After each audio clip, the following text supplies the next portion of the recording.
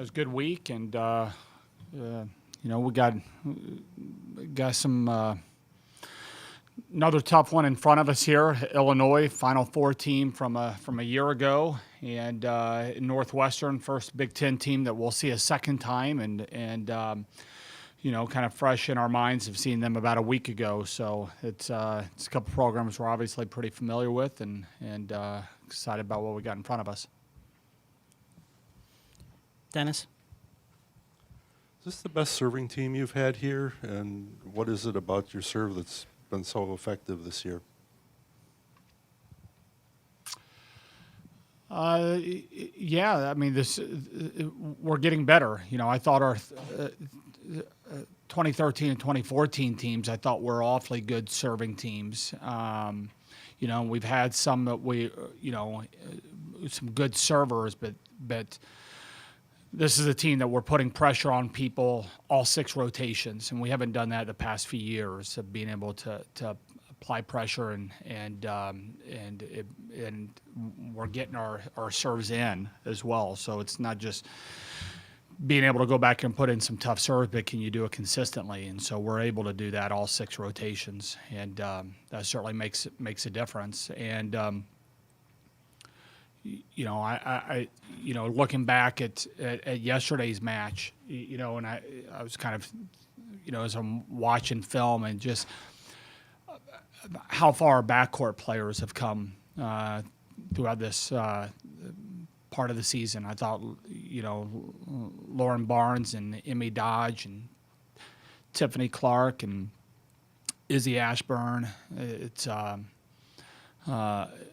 those guys are playing some really, really good stuff. I mean, we passed just over 2.5 yesterday, and that allowed us to be in our offense an awful lot. And I think our opponent's hitting percentage is really starting to come down into a little bit more manageable. It's still not where we want it to be, but it's not the gaudy numbers that they were a few weeks ago. Those guys have really worked hard, and they don't get quite the recognition that some of our front row attackers get, but I think there's a direct line with the improvement that they've been in the backcourt with where our team has been.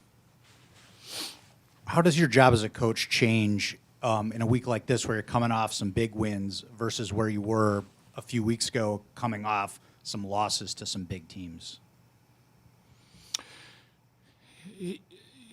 I guess it depends on how you coach. I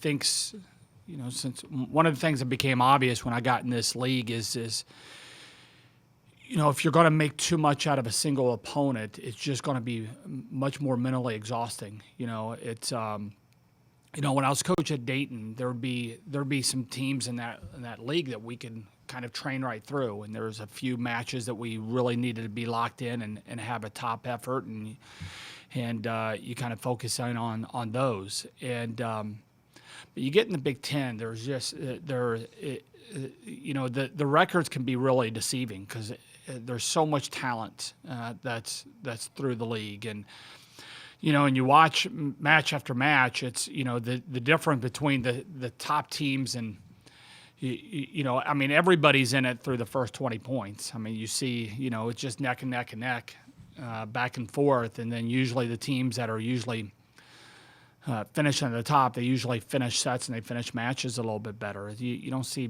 very many blowouts.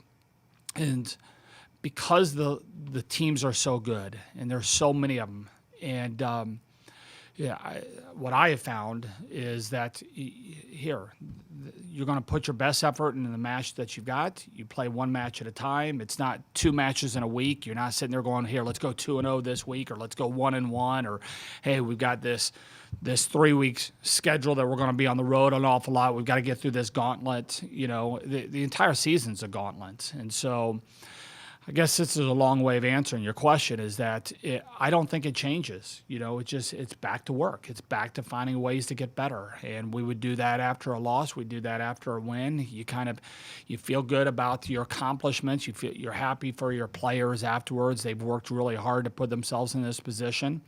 And let's keep going. Let's get back. And so there's no big speech or anything. Maybe there would be if we were a younger or less mature team, but this is pretty business-like group here, and I don't have to worry that they're going to take things out of perspective. They didn't when we lost a couple in a row. I certainly don't expect them to change who they are just because they've won a couple in a row. Dennis? You've seen a lot of good outsides already this year, and you get another one with Quaid, and you've seen a lot of her over the years. What's the challenge that she presents to your defense? Yeah, Quaid's good. There's no. She is very twitchy. She gets off the floor fast. She hits hard. She hits with range. Comes in a very quick tempo in the front row, and they're running at very quick tempo to her in the back row. They'll set her at any point, and their ball control is really good. I think they're in the top two.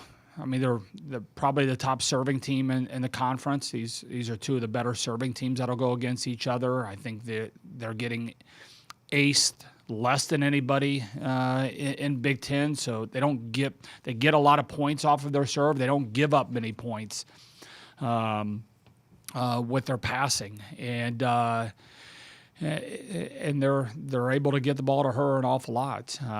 They've had some lineup adjustments that they seem to have figured out. Their right side, since they've gotten the Big Ten, is really tearing it up. She's doing some really nice things for them.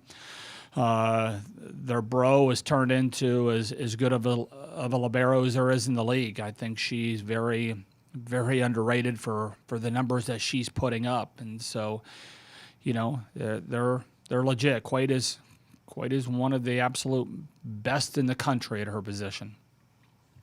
Hey, Kelly, when you shut out Minnesota, for example, and how tough the Big Ten is, do statement wins, do those even exist when you have such a talented conference and like a win like you had yesterday? Is that a statement win for you guys? It's, I don't know why the Bobby Knight game face thing is coming through my head. It's, what is statement win? I don't. It's one match of 20. It doesn't mean, certainly you're sitting there for the kids in our locker room that they haven't had a whole lot of success against that team, and that that can be a little bit frustrating. But it's frustrating no matter who you lose to, and when you're in the league, and it feels good anytime you can get a win. And so I don't know if that's any different. I think it's I said it last week. Our kids are feeling good because because they feel like they're playing the game the way that they're capable of playing. And there's frustration when you're putting a lot of effort into it and you're not playing the way that you're wanting to play. So they're feeling good about the way that they're playing. But this league has a way of slapping you around if you're getting too high, on things. And so you feel good, you move on. You've got a team in front of us that ended our season a year ago that was in the Final Four, that returns most of their attackers and most of their back row players. And so, that can slap you back into reality awfully quick. And so it's, yesterday feel good about the way that we played and and I think there's a lot of enthusiasm for each other. I think that in the locker room, there's a lot of excitement for how different people are progressing. I think you've seen our left sides have really grown as the season has gone on. Danielle Hart, I mean, it is just dramatically different, and it's just not offensively, but defensively. I mean, anytime she was in the front row, teams were hitting at a really high percentage the first month, and the percentage has really come down. And her teammates are recognizing that and feeling and really excited for her. I think that the locker room was really excited for Lauren. That had to be really, really tough to go in and play against your former teammates. Most of them that she really cares a lot about and still cares a lot about, and to be able to, from the very first serve, you could tell that they were going to test her, and they should. That's what we would have done as well. And more than half the balls went to her, and she put up her best match of the season, passing and serving wise. And so, you're really excited for her and the kids that continue to get better.